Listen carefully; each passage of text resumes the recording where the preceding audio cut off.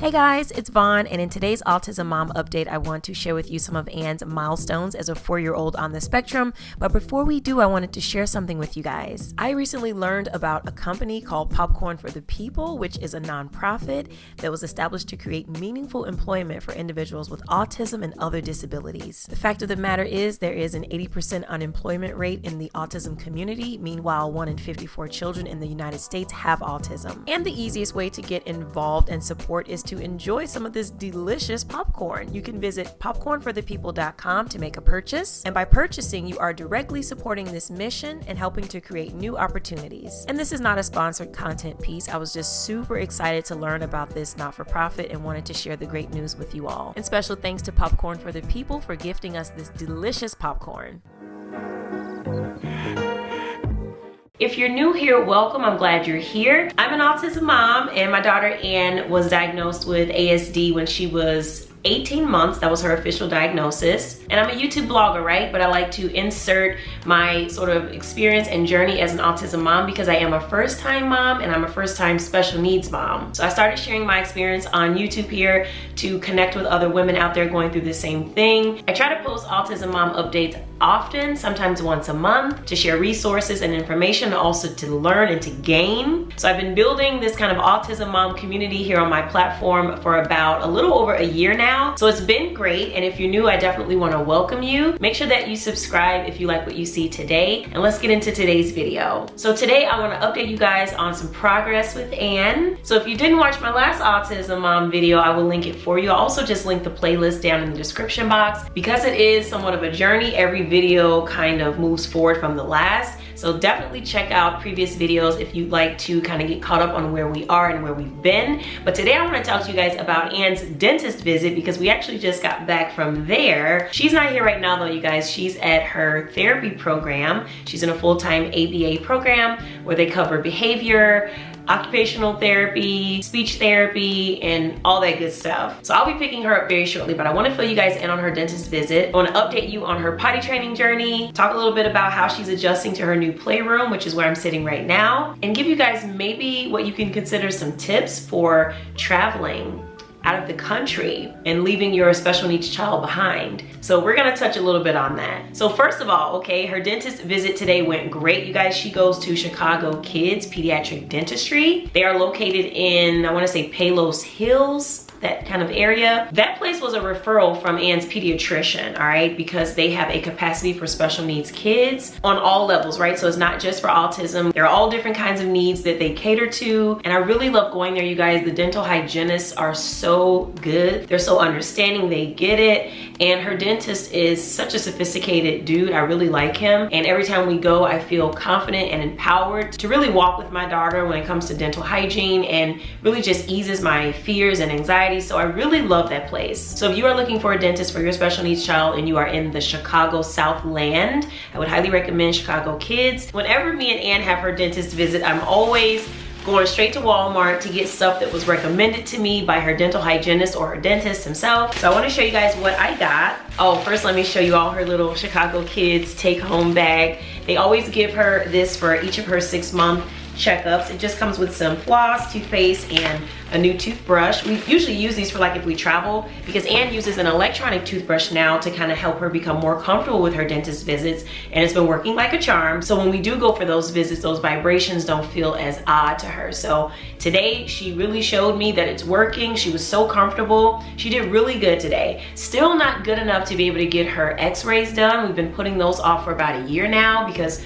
for every visit, they kind of test and see if it would be appropriate to do the x-rays, and each time the answer is no. So we're just kind of being patient and really trying to keep an eye on Anne's teeth and making sure that everything looks healthy, because we cannot do the x-rays unless she's in a position where she'll cooperate, and so we're not there yet. So let me show you guys what I got from Walmart, okay? So I got these Oral-B Glide Gum Care Floss Picks. These are great for kids just in general, but especially for Anne because it's really difficult to floss with traditional floss because she just will not cooperate. She's very uncomfortable with having her mouth be open, having you reach into her mouth. So these make it less invasive and it makes her a lot more comfortable. These are also the picks with the tension controls, so I can get to her back teeth without having to, you know, require a whole lot from her in terms of cooperation. All she needs to do is open her mouth just a little bit and I can get back there into those back teeth and floss properly. So we're definitely gonna be giving these a try. The other thing that I wanted to get for Ann is this Gum Detoxify Special Care Oral Rinse. Now this was recommended for us to get by her dentist because what we're trying to do, you guys, is prevent cavities as much as possible. We're trying to be as proactive as possible because with Ann's condition, she is a lot less cooperative in the dentist's office, right? So if she were to get a cavity, it would be very difficult for them to treat it because she would not sit for the treatment. So it's really important that we do everything we can to prevent her from getting a cavity to begin with. So her dentist recommended that we get some oral rinse that contains fluoride that we can use at night when we brush her teeth. And the whole point of using an oral rinse with her at night is so that she does not have to spit it out. The idea is that we would use this on her toothbrush right before bed, and then this stuff would kind of be working on her teeth while she sleeps. This particular one has a mint flavor and it has a 24-hour gingivitis protection, helps reverse early signs of gum disease, kills plaque and bacteria around the gum line, and reduces gum inflammation and bleeding. So it has a comprehensive dental hygiene approach, which I thought was perfect for what we're trying to do. So I think overall Ann has been doing really well with brushing her teeth and following instructions when it comes to teeth brushing. So her dentist was very happy about all of that, and we were just encouraged to kind of keep doing what we've been doing. And these are just some of the ways that we've learned to kind of work around those challenges while still maintaining proper dental hygiene for her. All right, next I want to fill you guys in on some potty training updates. So what I also got from Walmart was this pack of briefs for Ann because we are just buying so many more little big girl panties for her these days, and we're so happy about it. You guys don't even know how good it feels to go into a store and be like, oh, we need some new underpants for Ann, and to buy new stuff. So really happy about that. We have had a few accidents because we are not fully there yet, but we are making strides, you guys, way more so than where we were this time last year, for example. So we've really been working with her therapist on figuring out the right schedule for taking her to the bathroom and, you know, sort of monitoring her potty behaviors. So pretty much all day she wears big girl pants. Whenever we're in the car though, like on the way to therapy or on the way to wherever, we usually put some training pants over her big girl pants just as a little added security in case she does have an accident because maybe we're in the car too long or blah blah blah. So usually on the way to therapy she'll have on her training pants over her big girl pants, and when she gets there they'll take them off and they'll go about the day as usual. And she has not had any accidents at therapy, you guys. Zero, zip, zilch. She's definitely getting the hang of it, and it's something about that panty fabric against her skin. She knows that there's a difference between that and her training pants, and she avoids having accidents in her panties because she doesn't want that sort of catastrophe to happen. I think she anticipates that it'll be very uncomfortable for her, so she just has not done it. And then at night we still put the training pants on her just in case, but I would say like in the beginning when we made the switch, she was having like some occasional accidents overnight, but now we're to a point where she wakes up dry like every morning, and we go straight to the bathroom when she wakes up, and she goes in the bathroom like a big girl. I really feel like the turning point started to happen when we switched to big girl underwear. She really started to make the connection, and we're to a point now, you guys, where she will let us know when she has to go to the bathroom. Now what we're working on now is her doing that more regularly, right? We want that to be the norm versus us prompting her by taking her. So we're not there yet, but she is showing signs of understanding when it's time to go, and that is huge. So you all know, if you watched my IKEA haul video, if you haven't, I'll link it for you, but we had done a revamp of Ann's playroom, right? When we first created this space for her, it was with very little thought. We were just trying to move some things out of her bedroom where she sleeps so that she wouldn't be distracted, because we were trying to focus on improving her sleep behaviors and patterns. So we brought all of her toys into this spare bedroom that we had, and it wasn't really set up as like an effective playroom. It was just kind of toys in here. Everything was organized for the most part, but it just really wasn't functioning well. So I took some time to rethink this space and really bring in some more storage and organize her things a lot better and just give everything its own home. And I really broke down that organization too, because I didn't just throw a lot of common items into a bin. I really separated it so that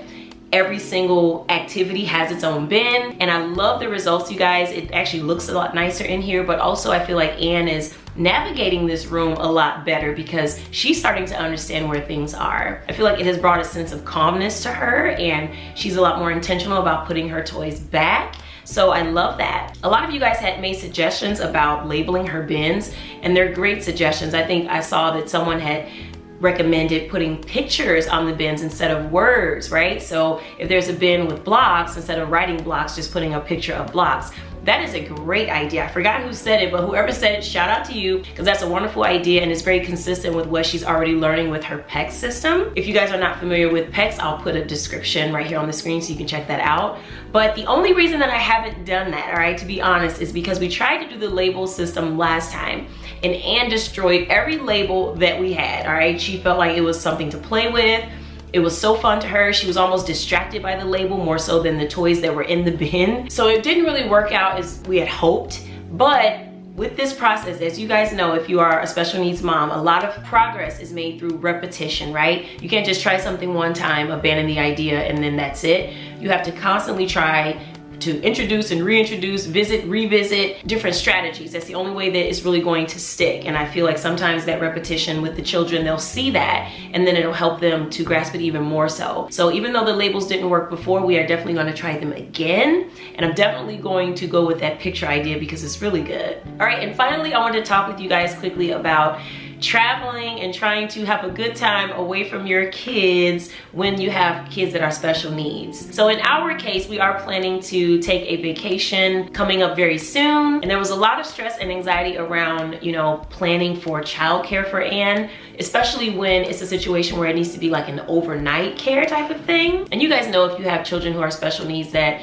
you can't just leave your child with anyone, even if they have the best intentions. It has to be someone that you trust and they have a little bit of education behind their methods with your child, because a lot of this is you either know it or you don't type of thing. So it's always really a struggle with us trying to figure out how to plan trips. And this trip that we're taking is actually the first time that my husband and I are traveling together in a very long time. So we were super nervous, but in our case, we got really lucky because our mom is that person that I described. She's compassionate, she knows Ann, she understands Ann, she spent a lot of time with her, understanding her condition, knowing what needs to be done. And even in those instances where she runs into a challenge or a roadblock, she knows how to kind of make an educated guess on what she should do, even if we're not around to advise her. And those are the kind of people that you need in your life, and it can be really hard to secure those types of relationships because not everyone is going to be in your life